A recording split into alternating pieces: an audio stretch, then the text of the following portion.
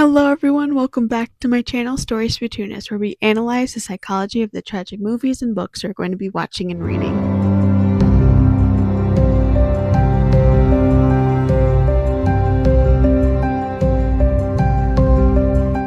Today we're going to be watching The In-Between.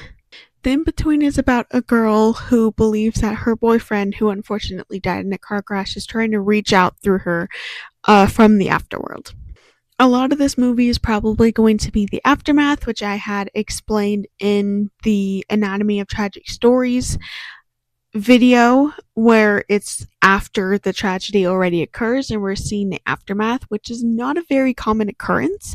And I'm super excited to get into this because I haven't watched one like this yet, and it's super exciting. Since this is a movie I haven't seen before, I'll be doing the video a little bit differently. Since I cannot find clips of this movie on like YouTube or anything, instead I'm going to be just analyzing the movie similar to what I do with the books and showing my reactions for specific scenes that have importance to it.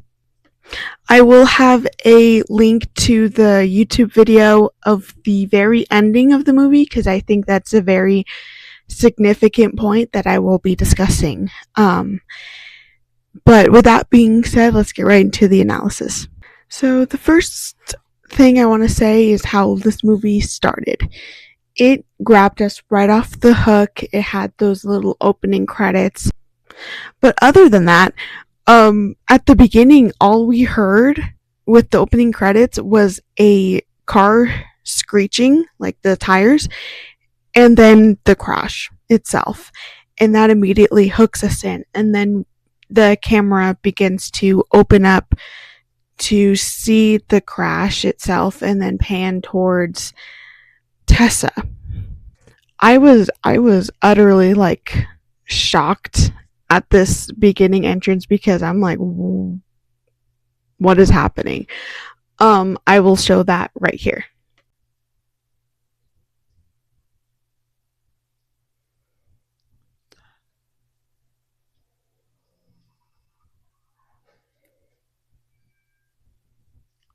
Oh, you just start off right away, don't they? Gosh.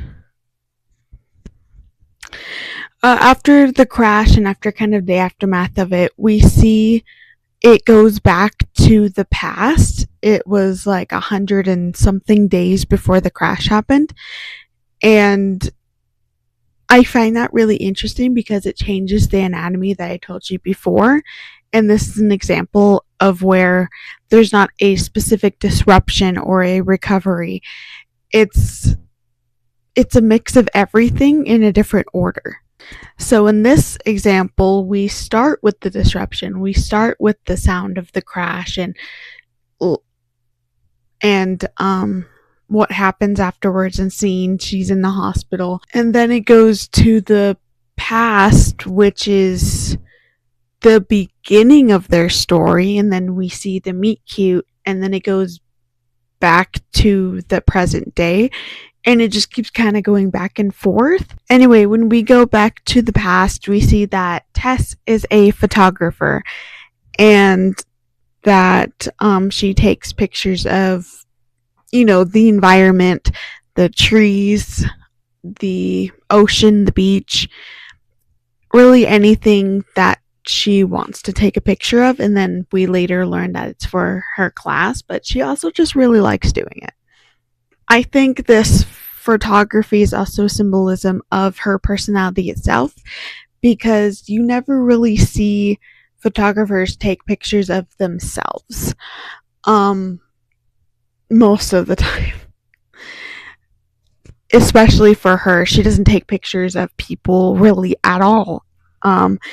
And it shows that she's more introverted. She likes spending time with the world as opposed to other people.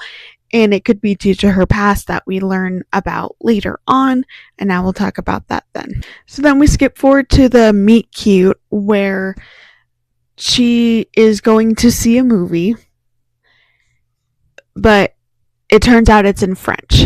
And Skylar, the love interest in this story, is also in the theater. And he tells her that he can translate it for her. And they spend the movie, kind of just doing that. But before the movie starts, he tells her that he's seen this movie before, and she asked if it had a happy ending. And he says, no, definitely not. And that is one of the examples of foreshadowing that we see. Obviously, if it's a tragic story, it's not going to have a happy ending.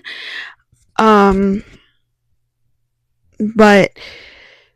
we all seeing them have that conversation, seeing them say it, just kind of makes it more real for the audience too, because we know that their story isn't going to end well. We saw it at the beginning.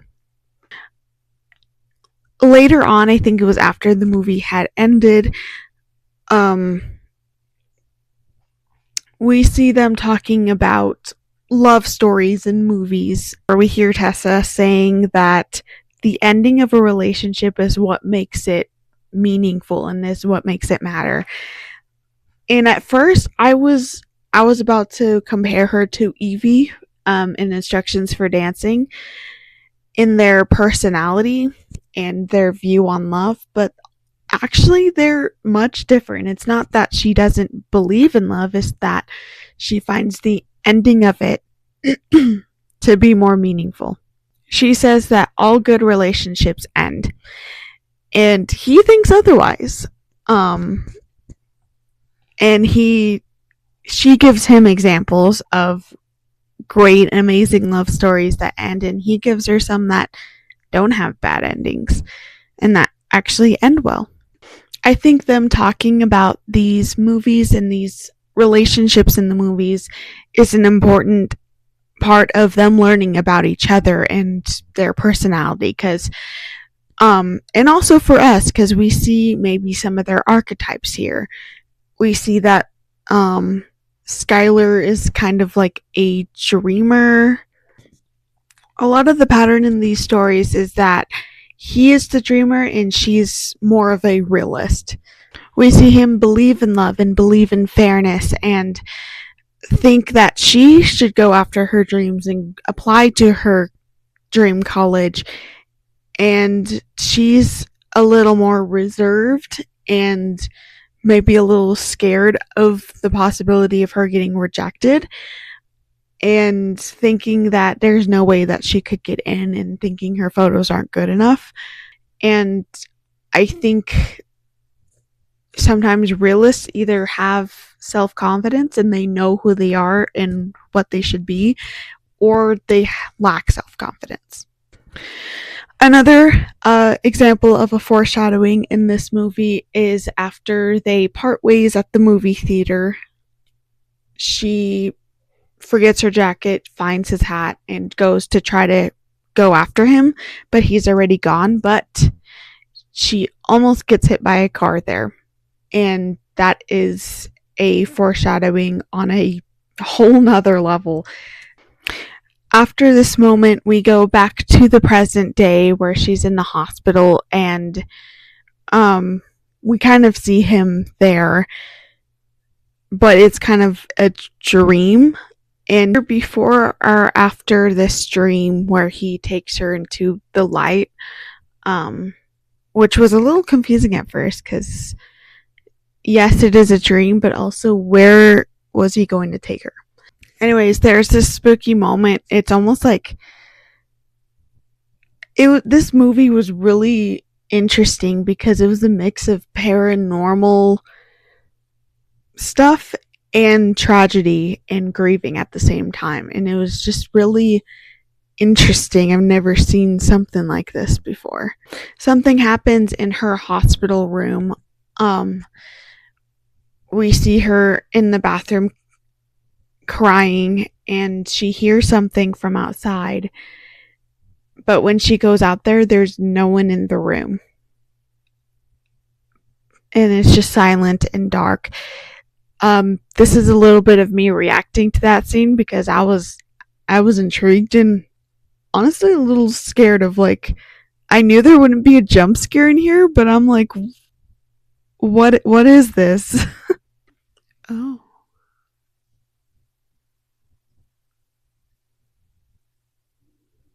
It's a little spooky.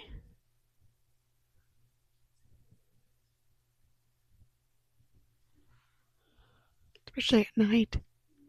So we see Tessa has a best friend, which, as I will always point out, is very important because it's good to have someone in your corner or someone who tries or does understand you. And we see that the whole reason she was able to reconnect with Skylar after the movie theater was because her friend dragged her to this sporting event to take pictures. So, yeah. We see in her present day room that she has a lot more pictures of people than she did in the past. She has pictures of Skylar, even of herself, which shows how much she's grown as well. She has pictures of her stepmom. I don't think they're up, but that does happen later in the movie. And it just shows that she's growing more comfortable within herself and within her place in the world in taking pictures.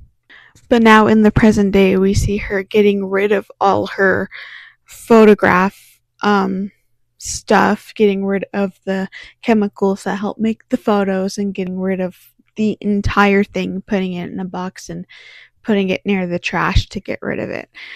And that's interesting because photographing was her creative outlet and her emotional outlet. It's where she went to get time to herself or to just see the world in a different lens, pun intended.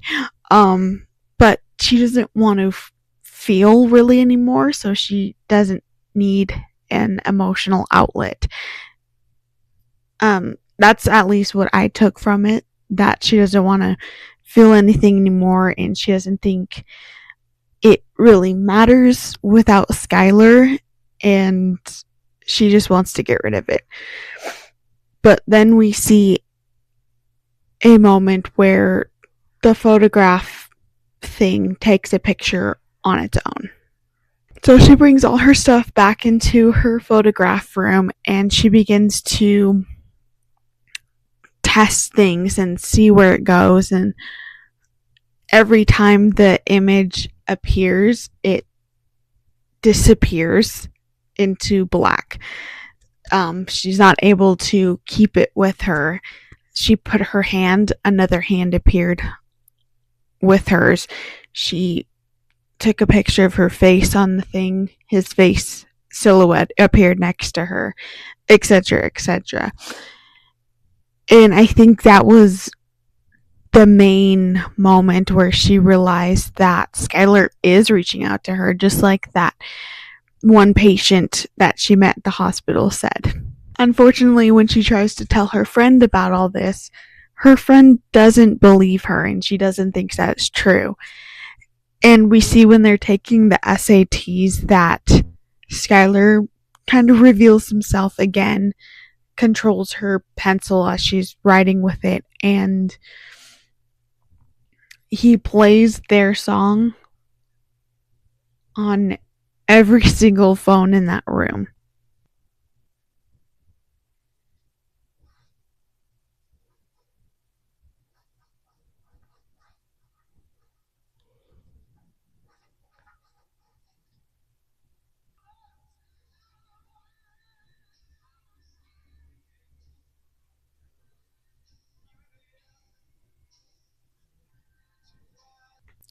I think he did want Tessa's friend to believe that he was reaching out so that she could help her, because he probably knew that she wasn't able to do all this by herself, nor should she.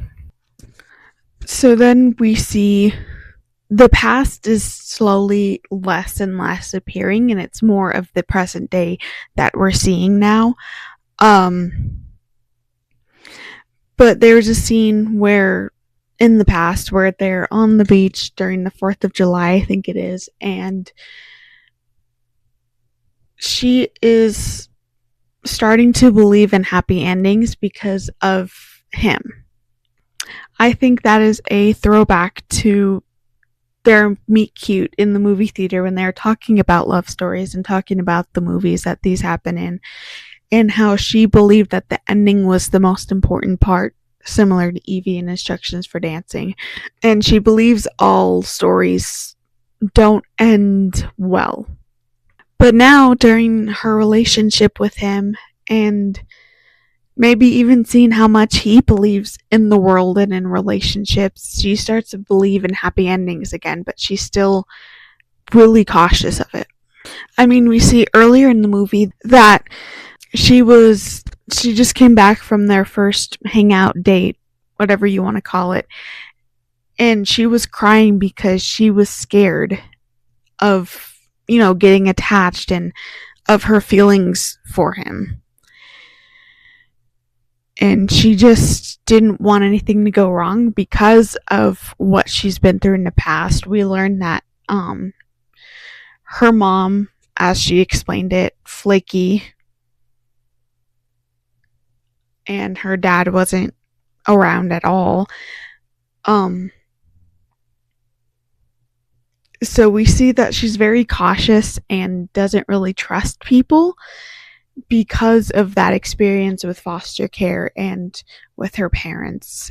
And so she's scared to get attached to someone again because she learned very young that people that she loves and gets attached to leave. Anyways, after her and her friend try to get Skylar to reach out to them through a bunch of practices with the, something like a Ouija board or a TV or whatever things they used, she has to go back home to lend her stepmom the car. However, the GPS starts working and wants her to go somewhere specific, and she realizes that the thing he drew on her SAT test wasn't only marks, it was a map, and the GPS was leading her to where she was supposed to go, which was the patient from before that was telling her about the in-between. We see in another moment in the past that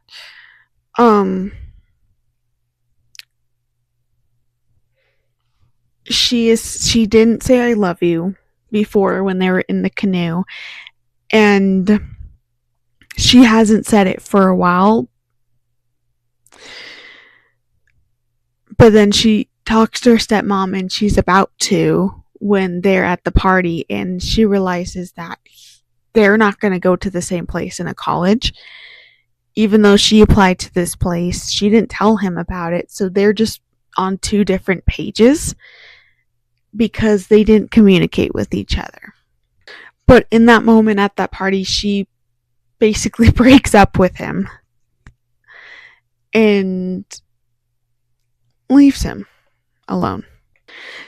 So this moment explains kind of why she's so desperate to get back in touch with Skylar and to see him again, because she didn't tell him that she loves him before everything happened. And she wishes she did. She regrets not saying that, and she regrets what she said in the first place. So back in the present day, sorry, I'm like jumping everywhere. She goes to the lady's house that told her about the in-between because the GPS led her there. And that lady tells her that she needs to go to the place where they felt the most love together, where they were most in love, I guess. So she goes to all these places that could potentially be the place that they felt most love, because she's honestly not sure. She can't pinpoint exactly where she felt the most love and where he felt the most. So she goes to a couple places, takes pictures, nothing happens. Until she goes to this, what was it, that 80s honeymoon resort thing, and something happens there, which is insane and honestly stressed me out.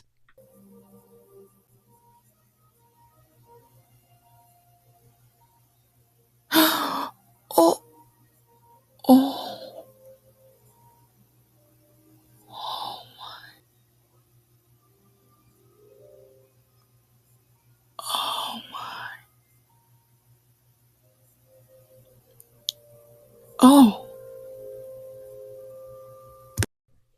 So after that scene, we see that she has to go back to the hospital because I forgot exactly what it was, but something happened with her heart. She's been putting too much pressure on it, and she kind of messed it up again because they had fixed it after the car crash, and now it needs to be fixed again. But she is so determined to find Skylar and to see him again that she kind of just neglects herself. And that seems to be a common theme throughout this entire story, that she's forgetting that she did just go to the hospital and that she was just in a car crash, and that she needs to take care of herself too and not push herself past the point of no return.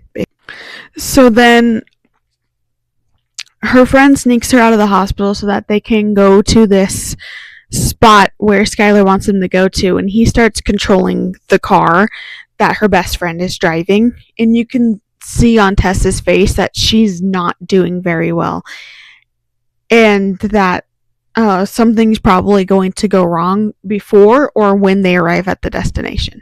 Another foreshadowing, it's not really foreshadowing, it's just a crazy detail.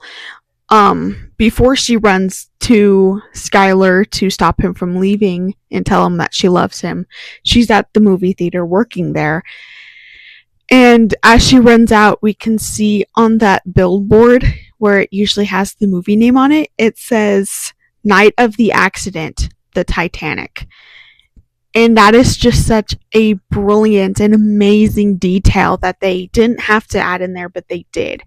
Because it has two meanings. It is the night of their accident, and it's also referring to the actual movie. It's not just some random thing that's on there.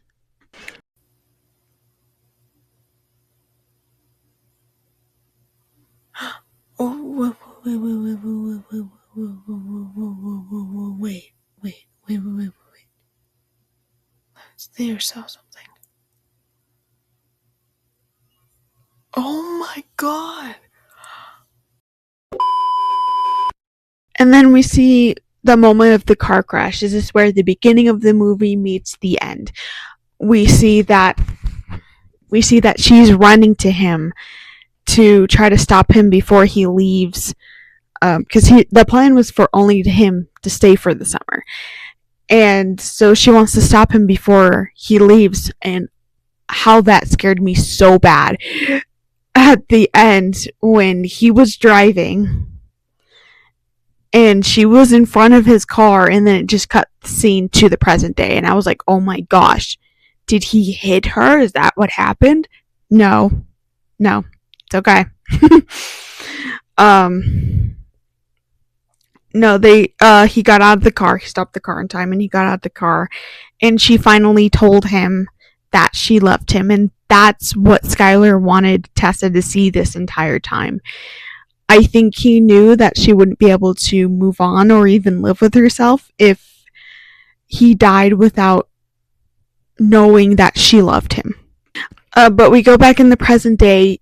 Basically, Skylar takes their car, because he's controlling it, to the place where the accident was, and she sees herself saying I love you to him.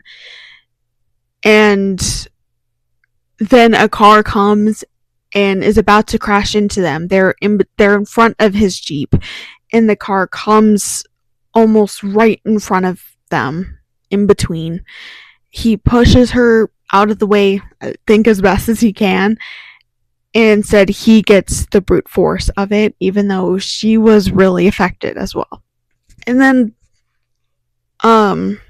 Tessa collapses. Her heart was too much. It was getting too bad, and her friend called 911. But during all this, Tessa was kind of in the in-between. I feel like she was dying, and Skylar was able to see her and reach her. And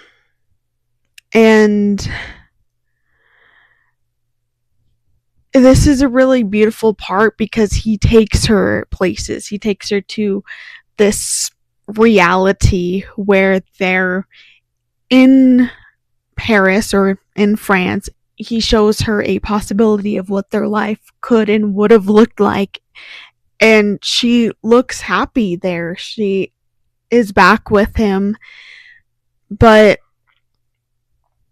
then after all that is over and she wakes up, Skylar is on the porch and they're on this house at the beach in this reality, and she sees herself and her adoptive parents. She sees herself in the hospital room on that beach, and she hears what the doctor says is that she has to want to live. We did all we can. She talks to Skylar and she tells him that now that she knows she's capable of this feeling, capable of feeling this love and gaining it in return, she finally feels like life is worth living. And as much as she wants to stay with him, she also wants to live. They just share how much they'll miss each other, and one line that really gets me is he tells her, "Go give us a happy ending." Such a beautiful scene, so here is my reaction to that.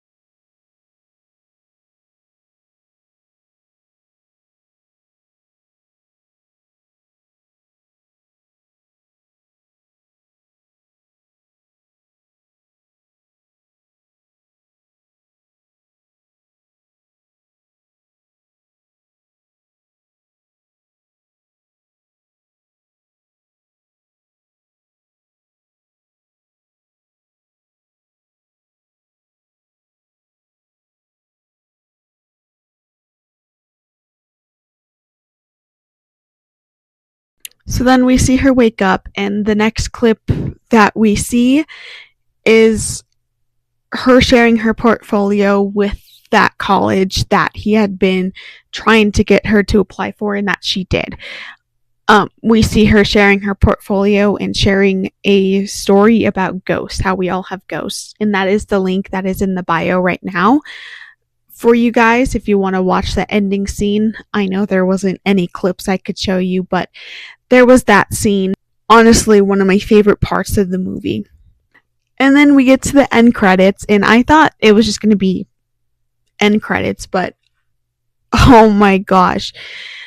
This scene kind of made me cry even more because it was like a flashback of them, and they were on the beach just tracing each other's silhouettes on the beach, and at the end it showed their silhouettes holding hands, and it was just, I'm glad they didn't end it on a sad note and they ended it on a happy note, and I think they did that because of Skylar's last words to her was, "Go give us a happy ending." And even though the overall ending was sad because Skylar and her can't be together anymore, the last scene of them was happy. The ending of the movie ended on a bittersweet note.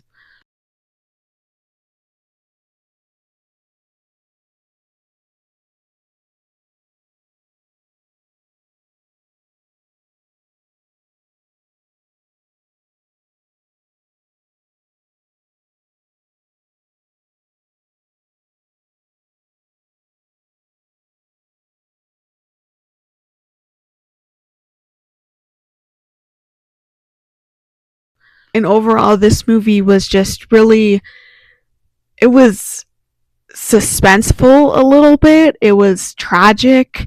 It was beautiful, and some parts even made you smile or laugh. And I think she learned that, sure, the fact that something ends is what makes it important and meaningful, but at the same time, as Evie learned as well, the happy middle parts are also what make it important, because there wouldn't be an ending without a beginning and middle. So that was the In Between. I really actually loved this movie, and the acting in this was off the charts.